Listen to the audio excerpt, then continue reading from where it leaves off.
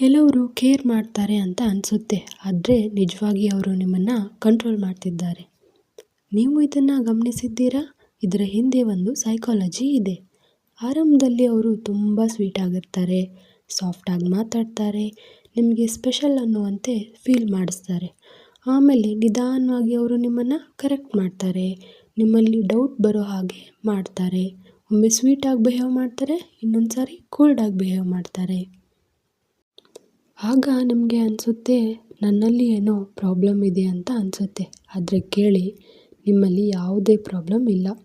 ಅವರು confusion create ಮಾಡ್ತಿದ್ದಾರೆ ನಿಮ್ಮನ್ನು ಕಂಟ್ರೋಲ್ ಮಾಡೋಕ್ಕೆ. ಇದು ಪ್ರೀತಿಯಲ್ಲ, ಕಂಟ್ರೋಲ್. ಇದನ್ನು ಅರ್ಥ ಮಾಡಿಕೊಂಡ್ರೆ ಯಾರೂ ನಿಮ್ಮನ್ನು ಕಂಟ್ರೋಲ್ ಮಾಡೋಕ್ಕಾಗಲ್ಲ. ನಿಮಗೆ ಇದು ಅನುಭವ ಆಗಿದ್ದರೆ ನೀವು ಒಬ್ಬರಲ್ಲ. ಇನ್ನಷ್ಟು ಇಂಥ ವಿಡಿಯೋಗಳಿಗಾಗಿ ಫಾಲೋ ಮಾಡಿ.